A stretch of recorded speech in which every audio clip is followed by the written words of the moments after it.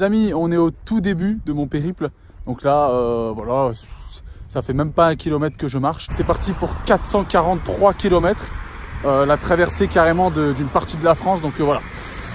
Allez, on va essayer de se préserver au maximum parce que ça va être long et ça va être très difficile. Donc il va y avoir des moments très difficiles et dans ces moments-là, il va falloir avoir beaucoup de morale. Ok? Merci à tous et puis bon, bah, je vous laisse suivre cette vidéo et ce périple. Sur la campagne, hein. C'est vraiment une campagne pure et dure. Tout ce qu'il y a de plus campagnard, quoi. Mais c'est beau, ça fait du bien. Bon, on marche sur le bord de la route, là. Hein. On est vraiment sur le bord de la route. Hein. C'est vraiment au bord. Durant mon début de parcours, j'ai eu la chance de croiser des personnes exceptionnelles, comme Pierre ou encore Cyril, qui m'a accueilli avec sa petite famille durant toute une nuit et m'a permis de me ressourcer et de repartir de plus belle. Regarde, si vous voulez que je vous montre un peu, je vais vous montrer.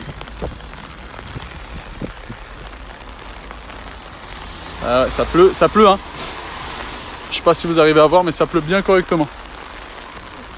Ça pleut bien correctement, vous voyez? Ouais. Ouais, il pleut bien. On lâche pas. On continue le périple. Aujourd'hui, il fait temps d'étremper. Parce qu'hier, il a plu. Là, on est en direction de Montélimar. Donc voilà, les routes, elles sont un petit peu étroites. C'est des routes un petit peu de village, de campagne. Mais bon, on lâche pas, on continue. Physiquement, ça commence à piquer. On sent que les courbatures sont là. Donc j'essaie de m'étirer assez régulièrement, tous les 10 km à peu près. Mais ça reste physique. Donc là, voilà, on est encore aux alentours de Valence. Donc on va en direction de Montélimar. Donc voilà, je vous laisse me suivre dans ce périple. On continue. Et voilà, on est très proche de la route. Donc on essaye d'avancer un petit peu à droite pour pas qu'il m'arrive quelque chose. Mais bon, là, c'est compliqué. En tout cas, je vous fais tous des gros bisous, pardon. Et voilà, on continue, on lâche pas. Et c'est que le début de toute façon. Donc on n'a encore rien fait, mais je vous filmerai un peu la route, etc. Mais voilà, on lâche pas, on continue. Pour nos enfants et pour toutes les personnes qui sont dans la même situation, parce que voilà, c'est trop d'injustice. Au bout d'un moment, voilà, la coupe est pleine, il faut réagir. À tout à l'heure. On a un fiancé. Quelqu'un veut se fiancer avec moi? Je vais reprendre la route, c'est mieux. Je marche seul. Alors, Montélimar, 27 km et Avignon, 110 km. Ok. Bon, on continue, hein. Toujours tout droit.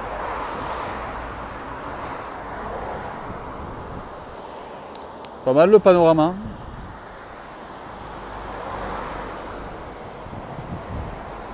Pas mal du tout. C'est très joli. Voilà, je voulais vous faire partager ce paysage parce que franchement, il est exceptionnel. Digne d'une carte postale, franchement. Toujours sur la route, direction Montélimar. Mais il y a vraiment des paysages exceptionnels à des endroits où on s'en douterait même pas. Comme quoi,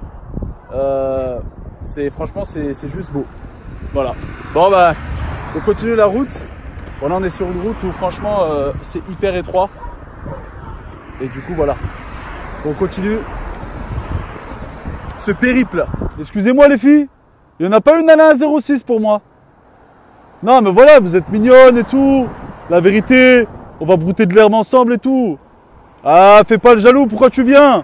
Oh, laisse-moi, esprit d'équipe, frère. Esprit d'équipe. Non? Bon, c'est pas grave, vous êtes très mignonne en tout cas. La vérité, hein. Pour cette marche, on m'a pas mal conseillé, dont le fait de bien m'hydrater, parce que durant un effort physique, déjà, c'est important de s'hydrater. Mais en plus, un effort physique continu comme celui-là, c'est super important de s'hydrater pour qu'il n'y ait pas de problème musculaire ou quoi. Et puis aussi, pourquoi pas manger pendant des barres protéinées. Donc du coup, j'en ai pris à l'abricot. Puis je vais me manger cette barre, mais voilà.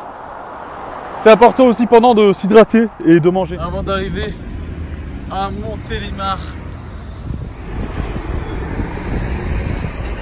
Là, vous voyez bien Montélimar là-bas. Oh, j'en peux plus. Oh, je suis enfin arrivé. Oh putain. sens plus mes pieds.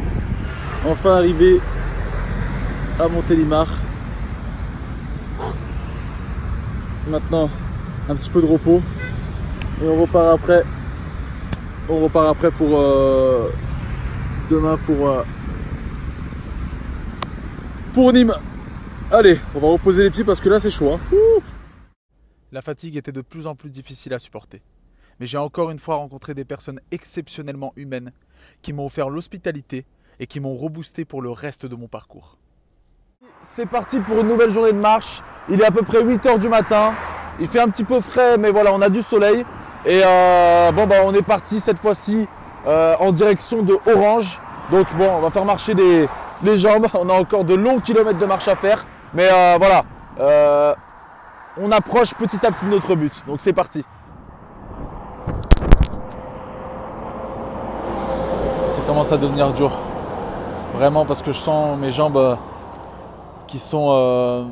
elles sont pas lourdes mais c'est bizarre. J'ai l'impression d'être à la fin d'un match de foot. Donc je suis obligé de m'étirer en fait. Je suis obligé de m'étirer. Et c'est de plus en plus dur là. C'est dans la tête. C'est dans la tête que ça se joue. Allez. On y retourne parce que sinon on va jamais y retourner. Allez. On sait pourquoi on le fait. C'est pour nos enfants. J'ai arrêté d'acheter une petite bouteille d'eau. Histoire de m'hydrater au relais Fanelli. Donc voilà. Hein. Et on reprend la route. On continue. Toujours tout droit. Hein. Là c'était très très compliqué. À la fois mentalement et physiquement. Mais j'ai croisé des personnes qui ont été si gentilles, qui m'ont apporté à boire, à manger, pour me soutenir. Et j'ai réussi, coûte que coûte, à arriver à Orange malgré l'épuisement. Salut à tous, je ne vous cache pas que la fin de journée hier était très difficile. Il y a beaucoup de vent, je suis désolé. Et le début de journée aujourd'hui, c'est le plus dur que j'ai connu là. Je suis en direction de Nîmes. Voilà, j'ai les pieds en compote, ça saigne. Je suis fatigué, j'ai mal au dos. Voilà, c'est de plus en plus dur. Ce matin, j'ai même pas filmé parce que carrément la fatigue m'a fait oublier tout. Là, je suis sur la nationale et j'ai juste une petite route comme ça là, comme celle-là pour marcher. C'est franchement, je suis désolé pour le vent, c'est de plus en plus dur, mais on s'accroche. Mon parapluie s'est cassé. Bref, la galère. S'il pleut, il va falloir que je l'ouvre d'une certaine manière. Enfin, je sais même pas comment je vais faire. Et je commence à boiter bien correctement. Si on voit bien. Je boite bien. Mais je pense que c'est plus par rapport aux ampoules. C'est juste le temps que ça passe. Là, je suis toujours sur la route, donc toujours en direction de Nîmes sur la nationale. Et voilà, hein, là j'ai un beau soleil. Je sais pas si vous voyez. Hop là. Un beau soleil qui frappe bien au visage, ça fait du bien. J'ai pas eu de mauvais temps, mais physiquement ça devient de plus en plus dur. Mais ça va. Je m'accroche. Et c'est vraiment l'expérience d'une vie parce que tu te retrouves, tu réfléchis beaucoup et franchement ça fait beaucoup de bien. On s'accroche et puis de toute façon, je vous tiens au courant de mon périple. Là je suis toujours en direction de Nîmes et puis voilà. On s'accroche. Et j'ai une bonne nouvelle. Enfin.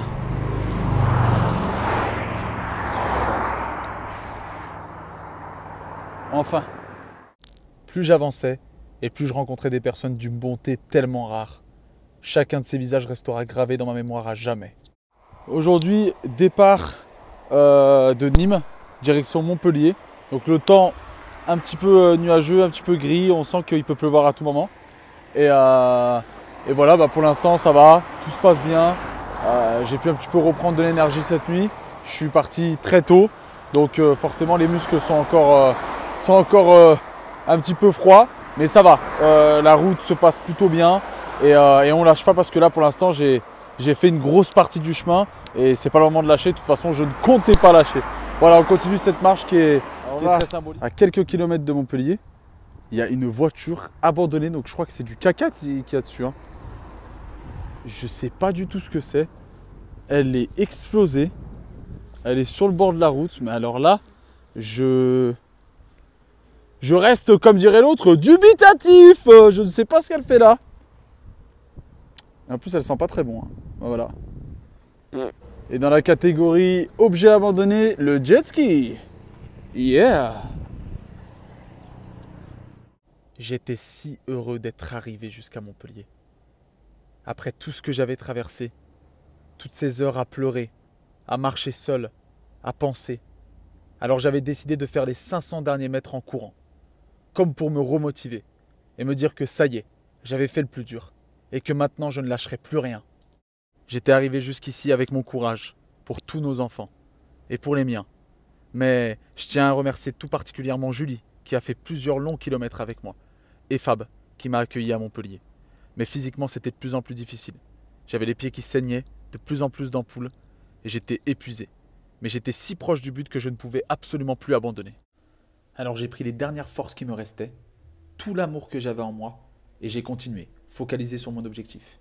Puis j'ai reçu un appel qui me stipulait que j'avais reçu une lettre de la part de la mère des enfants, dans laquelle elle effectue du chantage affectif pour me faire supprimer chacune de mes vidéos, pour que je puisse voir les enfants une seule petite heure, dans un lieu public, en sa présence. Malgré la décision de justice qui me permet de les voir tout un week-end, elle fait ce chantage affectif pour me faire supprimer et arrêter mon parcours. J'ai donc continué, sans céder à son caprice, et je suis bel et bien arrivé à Narbonne.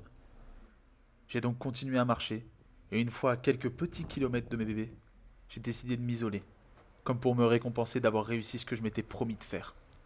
Le regard dans le vide, au-dessus d'une falaise, j'ai donc pleuré durant de longues minutes, seul. Et j'ai réfléchi, comme si j'avais un pressentiment que je n'allais pas les voir, mais que je venais de faire quelque chose de grand pour moi, pour eux, qui restera gravé à vie dans ma mémoire et la leur. J'ai donc réfléchi à tous les scénarios possibles, les plus positifs et les plus négatifs.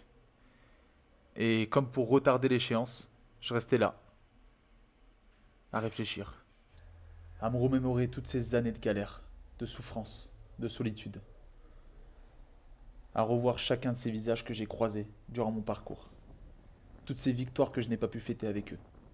Puis je me suis levé, et je suis parti face à la réalité, en ayant en tête qu'un jour, je gagnerai. Car seul on va vite, mais ensemble on va plus loin. Je suis sur les lieux. Je viens d'arriver. J'ai appelé directement la gendarmerie qui se déplace tout de suite parce qu'ils étaient déjà au courant. Et ils sont au courant surtout de ce que j'ai fait, des 500 km que j'ai fait, donc ils se déplacent. Et donc voilà, j'ai l'infini espoir que ce que j'ai fait, ça puisse réveiller une part de raison. Mais voilà, au bout de la je sais combienième non-présentation, on espère qu'on ne se dirige pas vers une nouvelle non-présentation de plus. Donc je vous tiens au courant, je pense que je vais filmer en caméra entre guillemets cachée pour pouvoir avoir des preuves pour moi, pour les enfants plus tard, et pour le faire constater à un huissier si besoin, et pour le faire constater aussi au plus grand nombre que c'est pas normal que ça arrive et qu'il y a des failles dans notre système.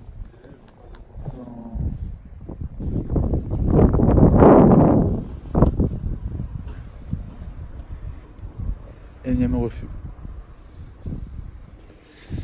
Voilà, énième refus. Eh oui, des centaines de kilomètres pour me voir refuser le droit de les serrer dans mes bras et de leur dire que je les aime. On lâchera pas. Et je gagnerai. Et mes enfants sauront quel père je suis.